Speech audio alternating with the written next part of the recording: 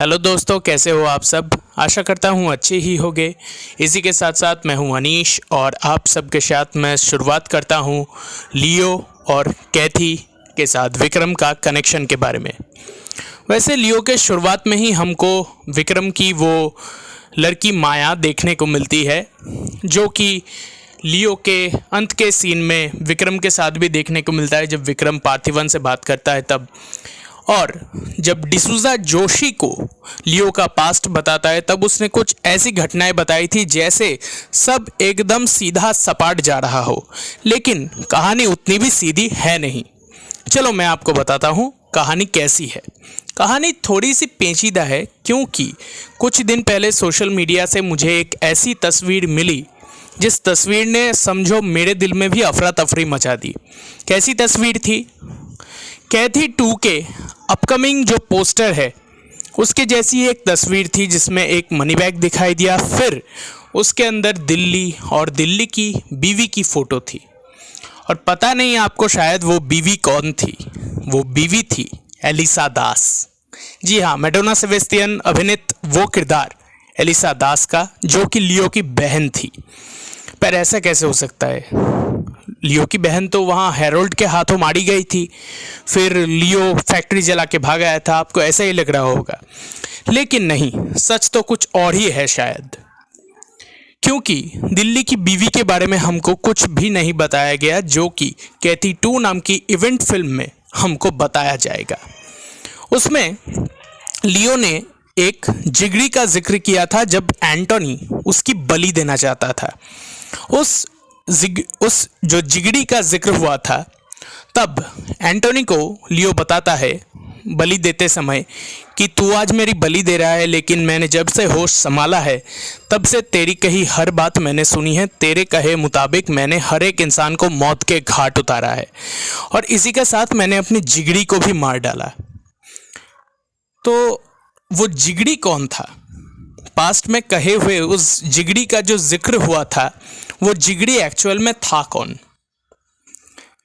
क्या वो दिल्ली था, जिसकी बात अभी बाद में पार्थिवन सुन के चौंक जाता है और नेपोलियन से पूछता है क्या वो मशीन गन तुमने चला के ढेर की थी? फिर नेपोलियन हंसते हंसते बोल देता है कि नहीं, वो गन तो दिल्ली ने चलाकर सबको ढेर कर दिया था, मैंने तो सिर्फ बटन दबाना उसे सिखा दिया था। मैंने बोल दिया था कि कौन सा बटन दबाते हैं। तब पार्थिवन का चेहरा देखने लायक था, लेकिन वो अपने कुछ एक्सप्रेशंस मूवी में छुपा रहा था। जहां उस जिगरी का जिक्र होता है उसके बाद ही मारपीट शुरू हो जाती है और किस्सा उन दोनों का ख़त्म दिखाया जाता है। वैसे इतना सपाट भी वो है नहीं। यहाँ पे जो पार्थिवन है, यानी जिसको एंटोनी लियो यानी अपना बेटा समझ के फिर से उससे कैफ़े में मिलने आ जाता है, वो एक कैफ़े चलाता है। और आप सब जानते हैं कि कैफ़े में खाने के अनुसार बहुत कुछ मिलता है। कॉफ़ी, चाय, बिस्किट्स, बंस, सब कुछ मिलता है कैफ़े में।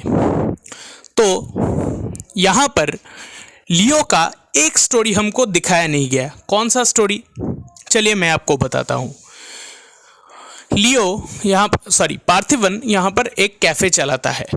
उसकी एक पत्नी है, 2 बच्चे हैं, सुखी संसार है उनका। लेकिन कुछ गुंडे उनके पीछे पड़ जाते हैं, जिससे पार्थिवन के साथ उनका बखेड़ा हो जाता है।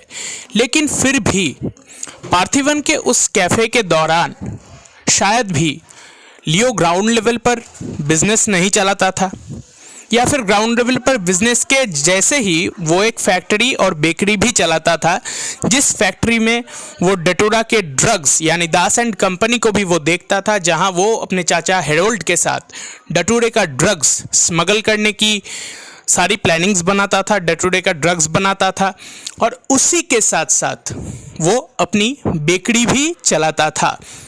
यानी कैथी में भी जिक्र है कि दिल्ली एक बेकरी में काम करता था।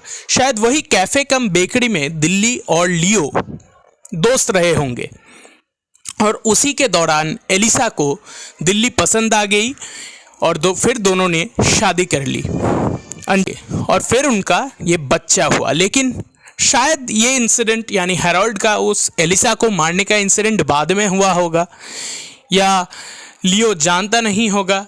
या फिर शायद जब उसने बोला था कि जिगरी को तेरे कहने पे मार दिया, तब शायद एलिसा दास से लियो ने बात जान के जब एंटोनी को बताई, तब एंटोनी नाखुश था, इसीलिए शायद वो सोचता होगा कि उसने दिल्ली को मार दिया। लेकिन असल में ऐसा हुआ नहीं था, क्योंकि जब पार्थिवन जान गया था कि दिल्ली ने वो मशीन गन चलाई थी, तब वो चौंक गया था। भले ही उसने एक्सप्रेशंस छुपा लिए हों, लेकिन दर्शकों की नज़र से वो बच नहीं सकता था।